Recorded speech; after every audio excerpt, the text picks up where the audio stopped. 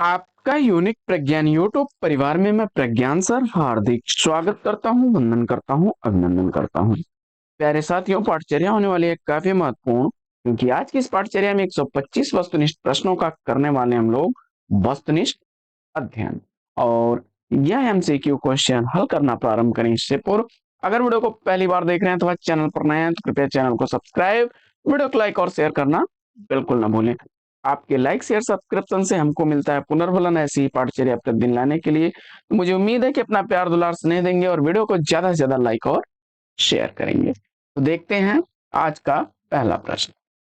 पंडित पद्म सिंह शर्मा की रचना का नाम क्या है? इसका आपको जवाब बताना है। पहले प्रश्न का सही उत्तर पद्म पराग, विकल्प ए का चयन करके आपने बिल्कुल सही उत्तर दिया है। बढ़ते हैं प्रश्न संख्या 2 की तरफ। फटाफट क्वेश्चन कॉल करते रहिए। मतीराम द्वारा रचित ग्रंथ पूछा जा रहा है आपसे। इसमें से कौन सा ग्रंथ मतीराम द्वारा लिखा गया है? इसका आपको जवाब बताना है।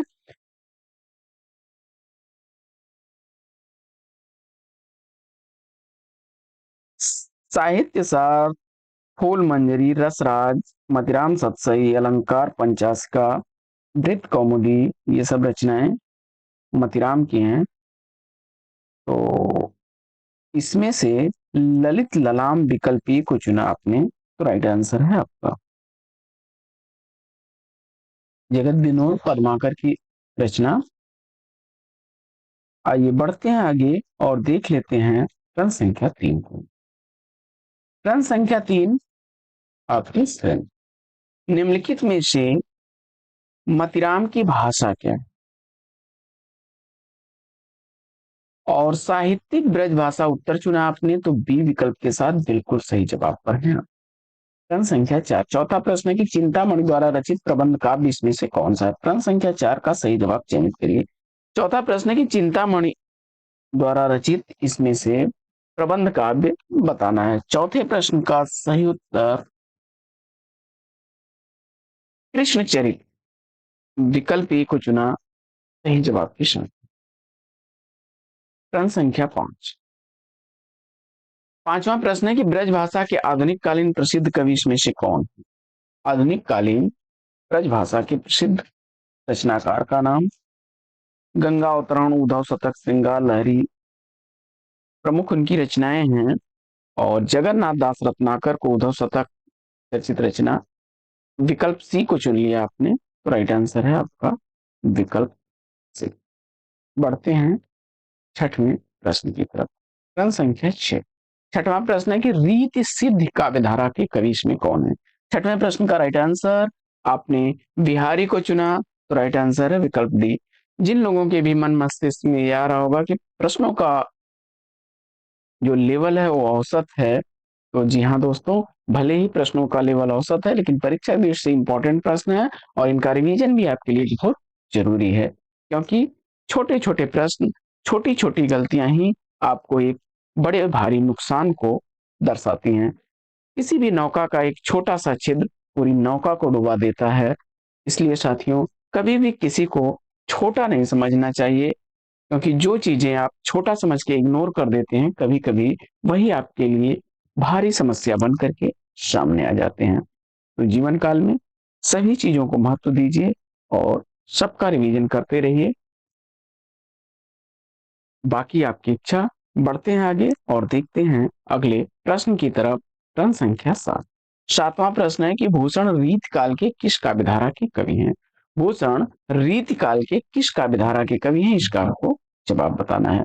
प्रश्न संख्या 7 का सही उत्तर, मुझे उम्मीद है कि आपने रीतिबद्ध काव्यधारा को चुना होगा। विकल्प ए के साथ आप राइट आंसर के साथ हैं आप। बढ़ते हैं 8वें प्रश्न की तरफ और 8वां प्रश्न है हिंदी प्रदीप का यशस्वी संपादक पूछा जा रहा है आपसे। प्रश्न संख्या 8 का सही जवाब। 8वें प्रश्न का सही उत्तर भारतेंदुकालीन युग के प्रमुख निबंधकार और उपन्यासकार के रूप में चर्चित बालकृष्ण भट्ट जी को चुना, तो बिल्कुल राइट आंसर है आपका विकल्प डी। बढ़ते हैं प्रश्न संख्या 9 की तरफ। नौवां प्रश्न आपके स्क्रीन पर। नौवां प्रश्न क्या है कि आधुनिक काल के साहित्य की सबसे बड़ी विशेषता इसमें से चयनित करना। आधुनिक कालीन साहित्य में सबसे बड़ी विशेषता बताना है आपको, तो गद्य को साहित्य के सशक्त माध्यम के रूप में प्रतिष्ठित करना। विकल्प बी को चुना तो राइट आंसर है आपका। आइए बढ़ते हैं आगे और देखते हैं 10वां प्रश्न। प्रश्न संख्या 10 है कि मिश्र बंधु विनोद नामक हिंदी साहित्य के इतिहास लेखकों के नाम बताना है और 10वें प्रश्न का सही जवाब। प्रश्न संख्या 10 का सही उत्तर चयनित करें और इस प्रश्न का राइट आंसर आपने देखिए गणेश बिहारी मिश्र, श्याम बिहारी मिश्र और सुखदेव बिहारी मिश्र। गणेश बिहारी मिश्र, श्याम बिहारी मिश्र और सुखदेव बिहारी मिश्र। विकल्प बी राइट आंसर है। प्रश्न संख्या 11। 11वां प्रश्न है कि हर गीत का छंद में यति कितनी मात्राओं पर होती है। हर गीत का छंद में यति कितनी मात्राओं पर होती है। 11वें प्रश्न का सही जवाब 16 12। विकल्प बी को चुन लिया तो राइट आंसर है आपका। आगे बढ़ते हैं और देखते हैं प्रश्न संख्या 12। 12वां प्रश्न है कि व्यवहार का सही संधि विच्छेद क्या बनेगा।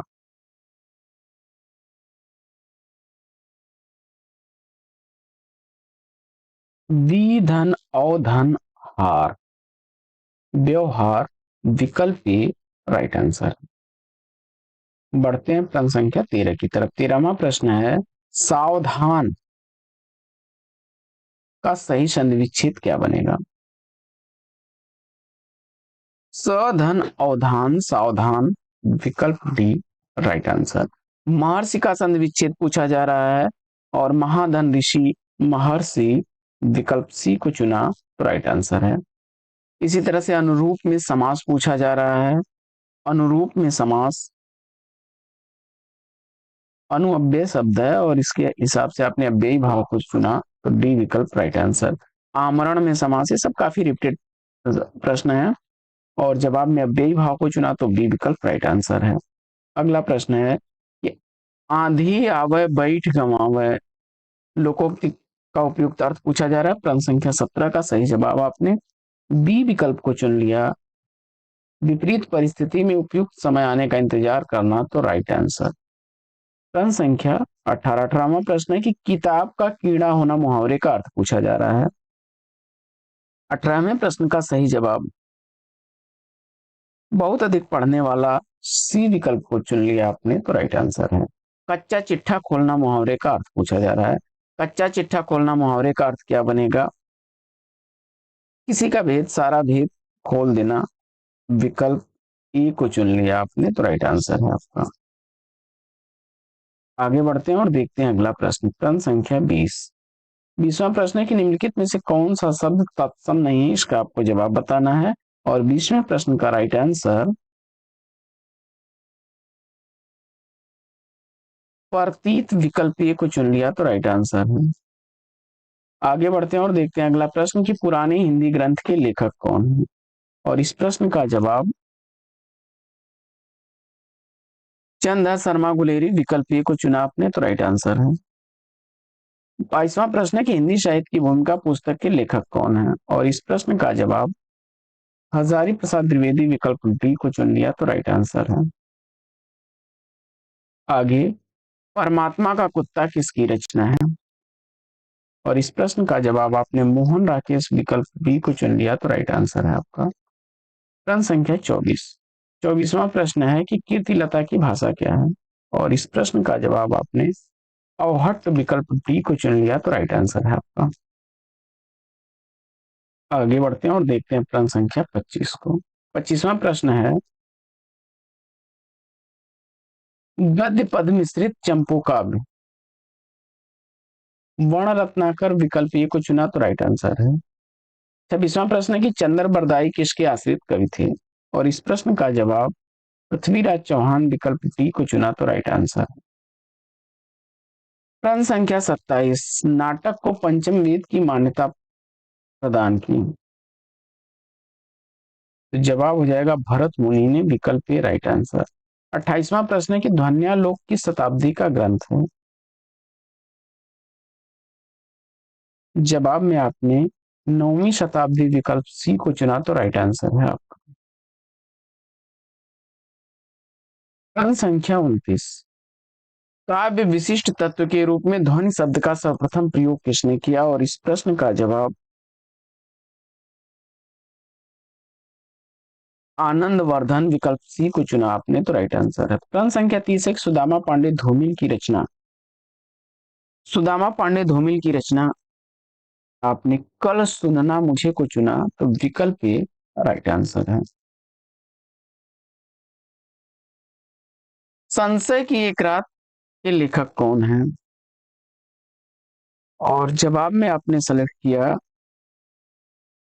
विकल्प डी को नरेश मेहता तो राइट आंसर है। 32वां प्रश्न है कि ग्रंथ किस रचनाकार की कृति है?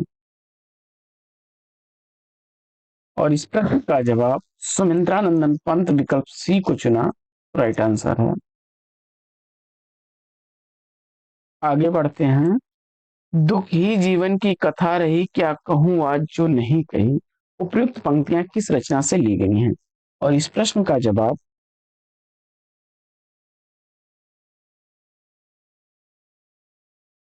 सरोज स्मृति विकल्प ए को चुना तो राइट आंसर है। अगला प्रश्न है कि महादेवी वर्मा का प्रथम काव्य संकलन पूछा जा रहा है। महादेवी वर्मा का प्रथम काव्य संकलन कौन सा? प्रश्न संख्या 34 का राइट आंसर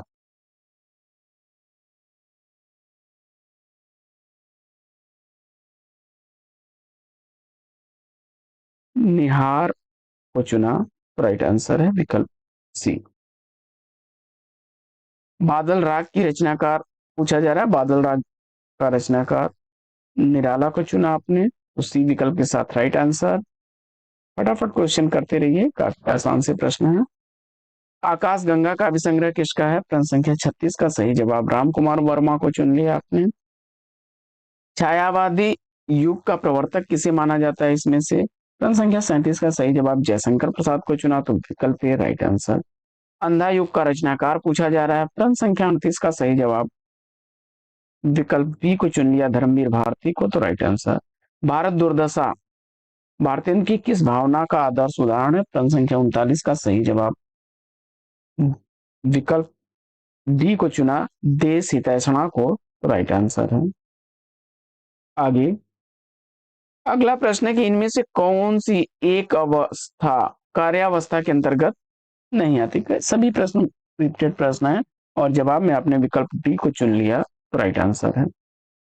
अगला प्रश्न है कि महाभारत की कथा किस पर आधारित है? प्रश्न संख्या 41 का सही जवाब आपने विकल्प ए को चुन लिया तो राइट आंसर। प्रश्न संख्या 42 से निम्नलिखित में से कौन सा शब्द तत्सम नहीं है? और इस प्रश्न का जवाब आपने विकल्प ए को चुना किशन तो राइट आंसर है। आगे बढ़ते हैं और देखते हैं अगला प्रश्न। प्रश्न संख्या 43, निम्न में से कौन सा वाक्य वर्तमान काल का है? प्रश्न संख्या 43 का सही जवाब आपने विकल्प ए को चुन लिया राइट आंसर है। अगला प्रश्न है मेरे हाथ में लेखनी है,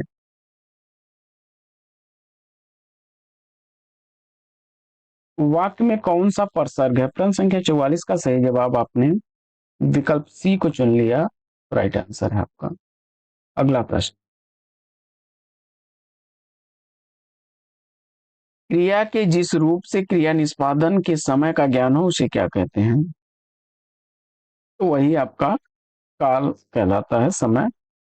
अगला प्रश्न है कि दिए गए विकल्पों में से सही विकल्प का चयन करके रिक्त स्थान की पूर्ति करनी है। शब्द के जिस रूप से यह ज्ञात हो कि वह रिक्त स्थान है स्त्री जाति का, उसे क्या कहते हैं? प्रश्न संख्या 46 में जिससे वह शब्द रिक्त स्थान है का है या स्त्री जाति का, उसे क्या कहेंगे? तो वह पुरुष जाति का है या स्त्री जाति का, वह लिंग कहलाएगा, उसे क्या कहेंगे? लिंग कहलाएंगे। तो पुरुष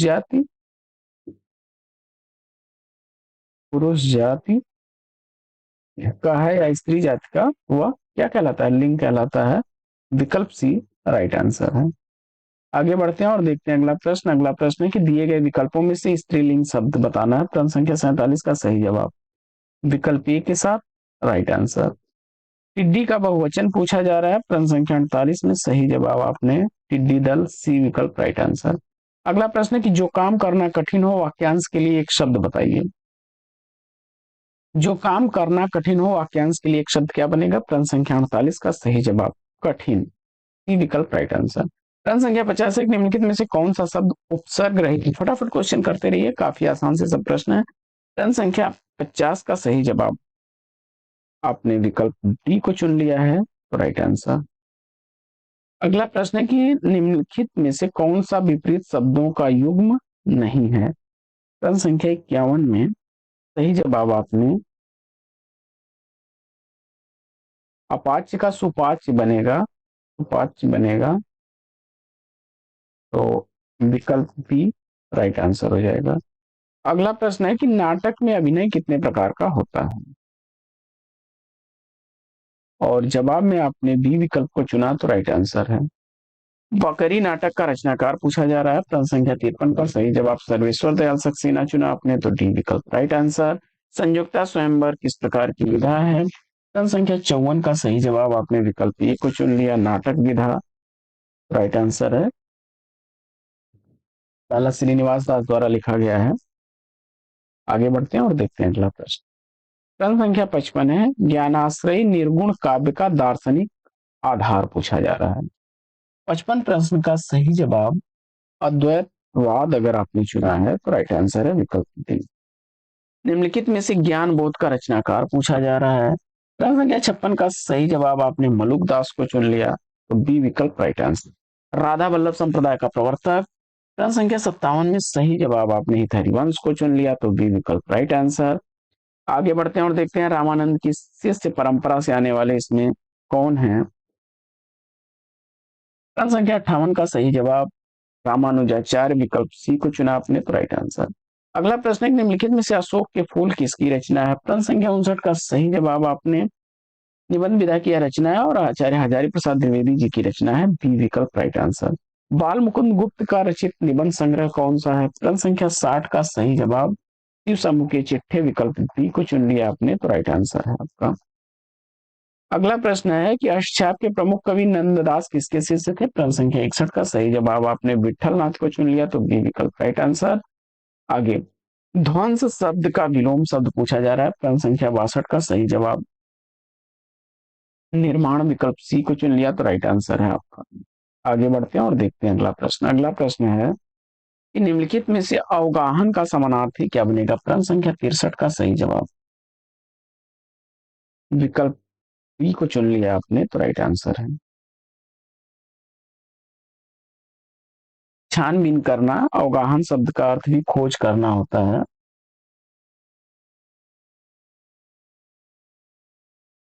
निम्नलिखित शब्द युग्म के सही अर्थभेद को छांटिए। संख्या 64 का सही जवाब एक मधुर खाने वाली चीज और निजी विशेषण है गुण, विकल्प सी राइट आंसर। अगला प्रश्न है कि संस्कृत वाक्य बालकौ गच्छतः का हिंदी अनुवाद, तो जवाब में आपने विकल्प डी को चुना, तो राइट आंसर है। अगला प्रश्न है कि दो छात्र पढ़ते हैं का संस्कृत अनुवाद।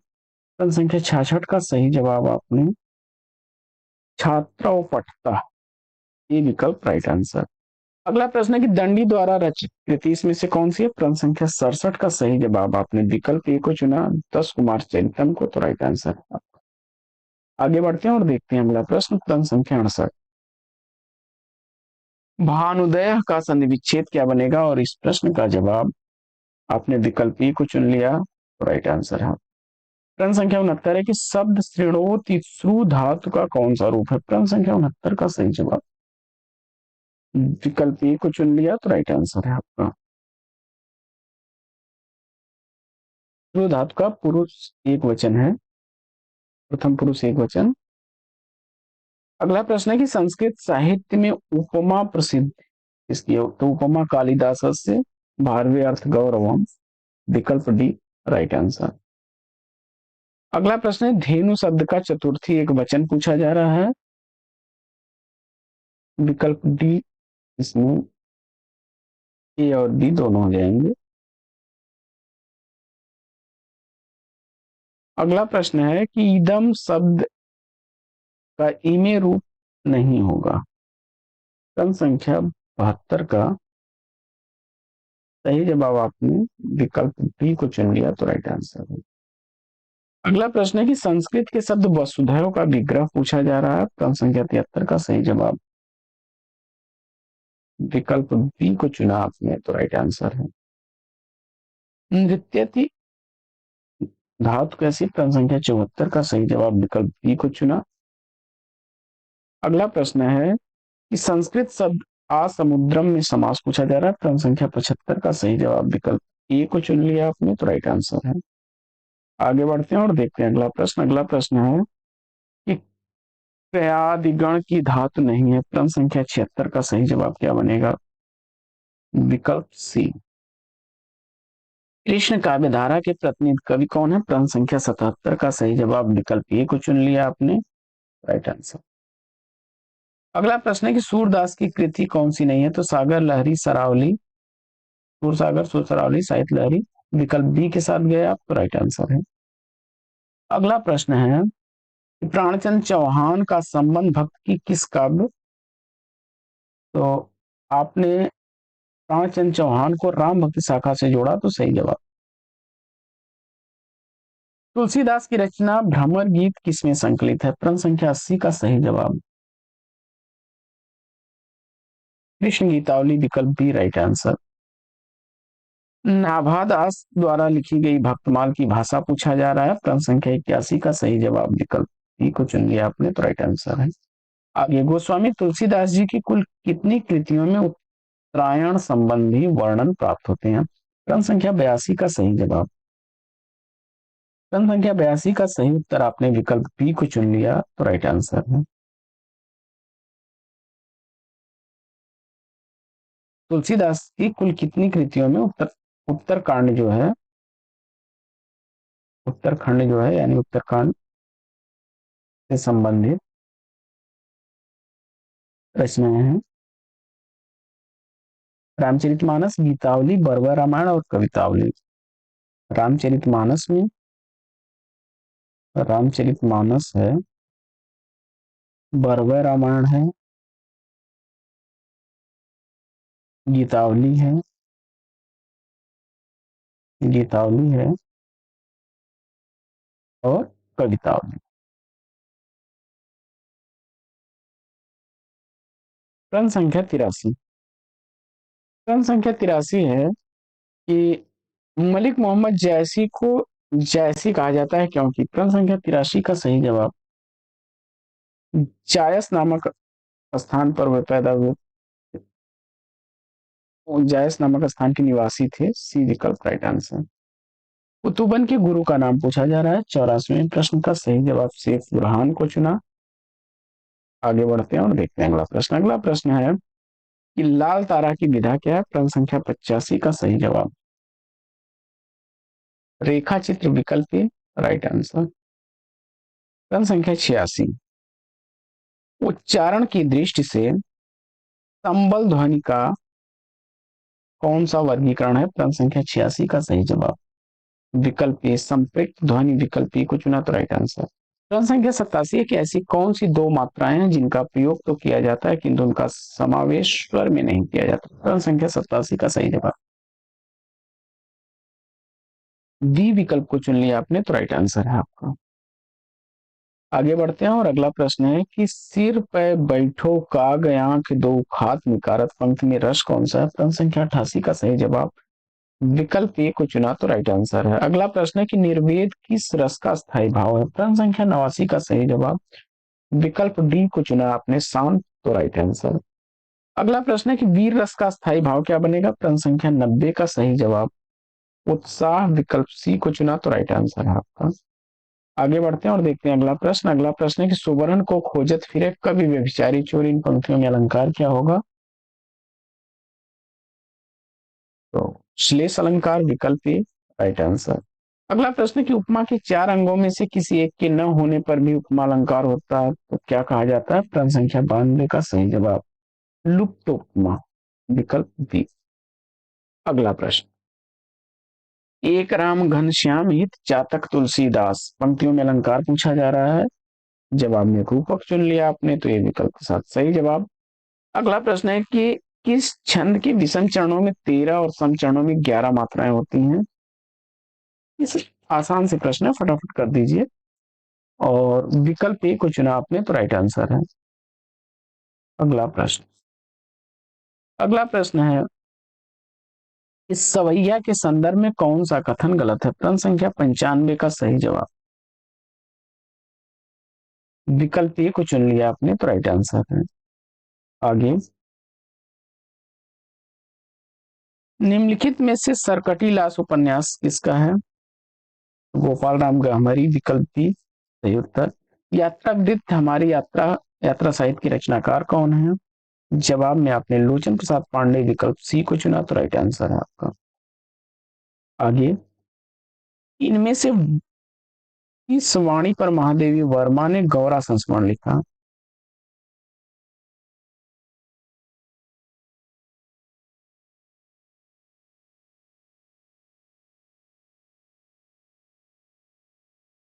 उन्होंने जो है गाय थी संस्मरण मेरा परिवार में, उस पर लिखा था।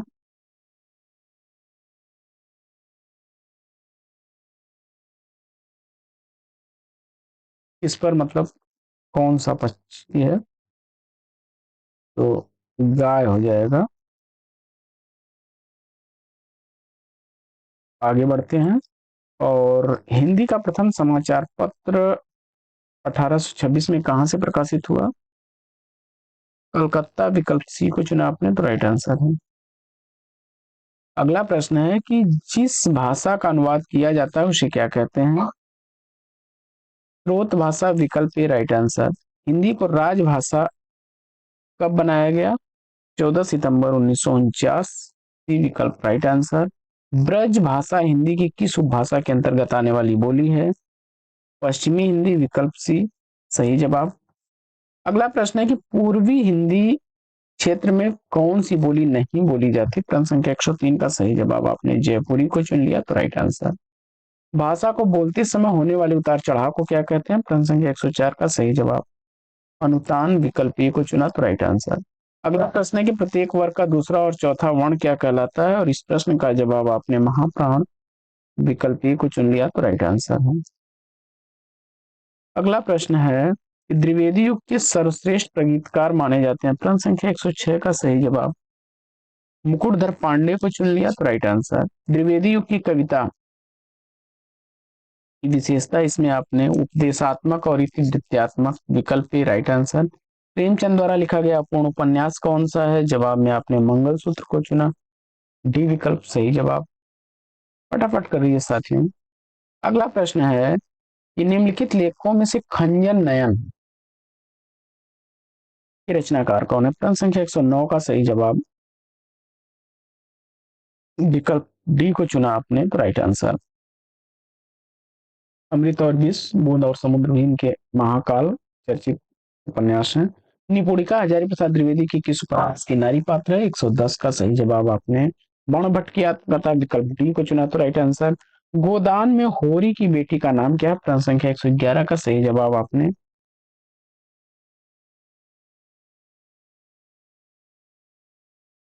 देखिए, धनिया उसकी पत्नी होती है।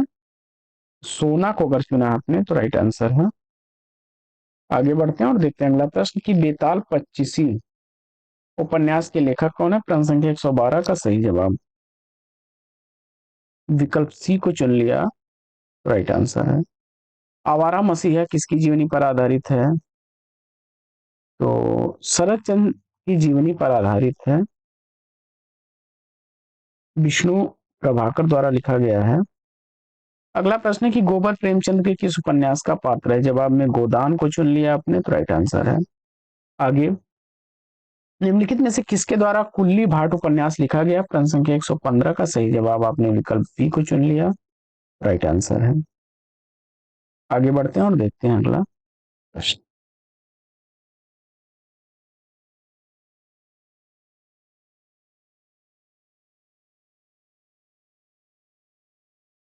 साथियों, आज के प्रश्नों में यहीं पर होगा विराम, क्योंकि शेष प्रश्न छूट गए हैं। फिर मिलते हैं आपसे अगले वीडियो में एक नए प्रश्न, एक नया टॉपिक, एक नए अंदाज में। तब तक के लिए लेते हैं आपसे विदा। आपका जीवन मंगलमय हो। Best wishes, best of luck. जय हिंद।